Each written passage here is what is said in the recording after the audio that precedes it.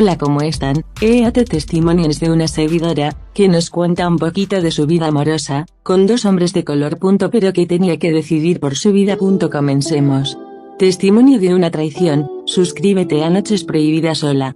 Bienvenidos a Noches Prohibidas. Hoy les traigo una historia intensa y llena de giros inesperados, una confesión real sobre cómo, a veces, las decisiones pueden marcar nuestras vidas de manera permanente. Si disfrutas de relatos emocionantes sobre tentaciones, consecuencias y segundas oportunidades, te invito a suscribirte y quedarte hasta el final. Dale al botón y activa la campanita para no perderte ninguna de nuestras historias. Todo comenzó con una invitación. Juan me había propuesto ir a una fiesta en su departamento, y aunque sabía que debía ser cuidadosa, la idea de una noche libre me atrajo. Carlos, mi pareja, no podía acompañarme, y ese pequeño detalle parecía darme un permiso silencioso para dejarme llevar. Entre risas, luces y el eco de la música, me dejé envolver por el ambiente. Cuando Juan me tomó de la mano para llevarme a la terraza, no supe decir que no. La vista de la ciudad iluminada y la cercanía de Juan hicieron que toda mi prudencia se desvaneciera.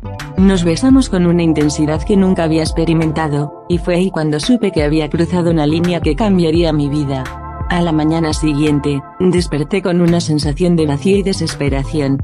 La culpa me consumía, y no podía dejar de pensar en Carlos, en cómo lo había traicionado. Intenté explicarme a mí misma lo que había sucedido, como si encontrar una razón pudiera calmar mi conciencia. Juan intentó tranquilizarme, asegurándome que lo que habíamos compartido era un secreto que quedaría entre nosotros, algo que podíamos simplemente olvidar. Pero nada de eso aliviaba el peso de mi error.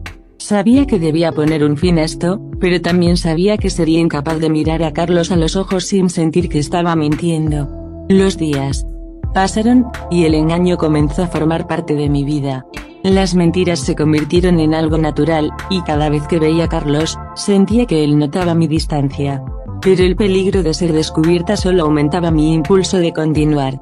Juan y yo empezamos a vernos en secreto, y con cada encuentro me hundía más en una red de mentiras que parecía no tener escapatoria.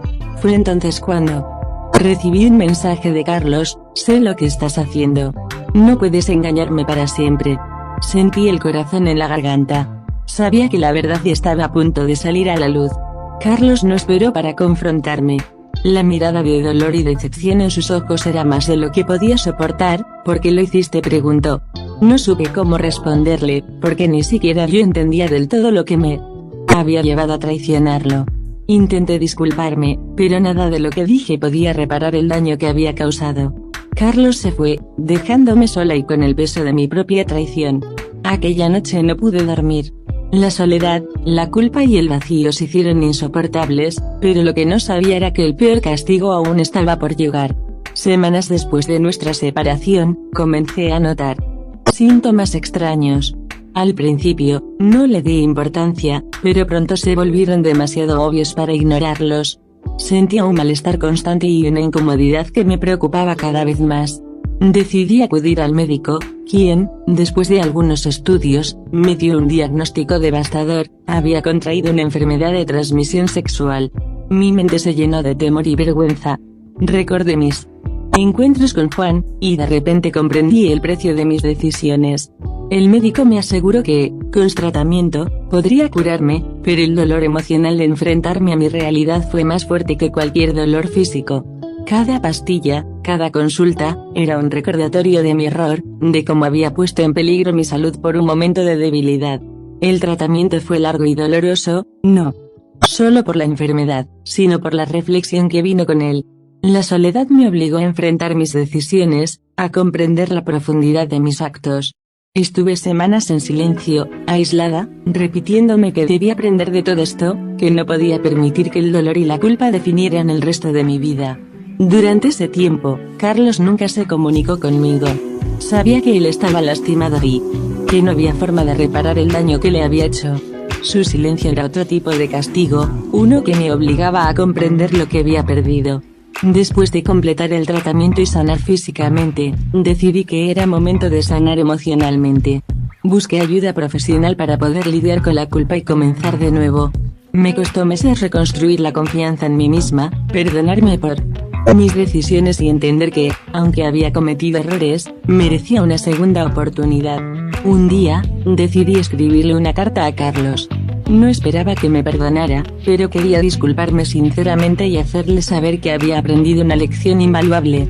En la carta, le conté todo lo que había pasado, incluidas las consecuencias de mi error, y le agradecí por los momentos compartidos, a pesar de cómo habían terminado. Para mi sorpresa, Carlos respondió. No me perdonó ni quiso volver conmigo, pero me dijo que estaba dispuesta a dejar el pasado atrás y desearme lo mejor. Su respuesta, aunque breve, fue un alivio para mi alma. Me sentí en paz, sabiendo que, aunque no pudimos reconstruir nuestra relación, ambos podíamos seguir adelante sin rencores. Hoy, cuento esta historia como una lección, un recordatorio de cómo las decisiones impulsivas pueden tener consecuencias que cambian nuestra vida. Aprendí que las tentaciones siempre estarán presentes, pero también aprendí el valor de la lealtad, la honestidad y la autorreflexión. Gracias por escuchar mi historia. Si te ha llegado este relato, no olvides suscribirte a Noches Prohibidas para más testimonios y lecciones de vida. Activa la campanita y acompáñanos en nuestras próximas historias.